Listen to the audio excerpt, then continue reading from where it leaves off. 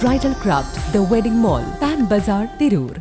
കേരളത്തെ നടുക്കിയ പാലക്കാട് നെന്മാറ പോത്തുണ്ടി ഇരട്ട കൊലപാതക കേസിൽ പ്രതി ചെന്താമരയ്ക്കുള്ള ശിക്ഷാവിധി പാലക്കാട് അഡീഷണൽ സെഷൻസ് കോടതി ഇന്ന് പ്രഖ്യാപിക്കും.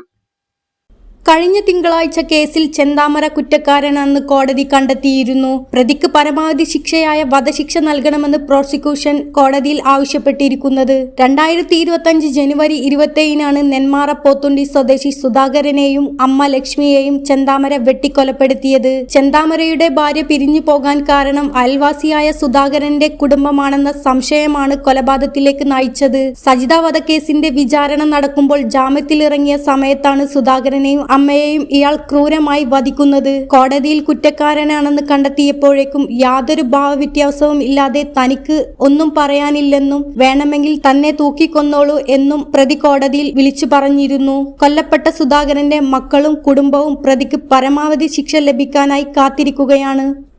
News desk news 99. ഓരോ മുഹൂർത്തങ്ങൾക്കും അതിൻ്റെതായ സന്തോഷങ്ങളുണ്ട്.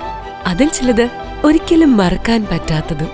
Azad gold and diamonds, Thazhepalam, Tirur.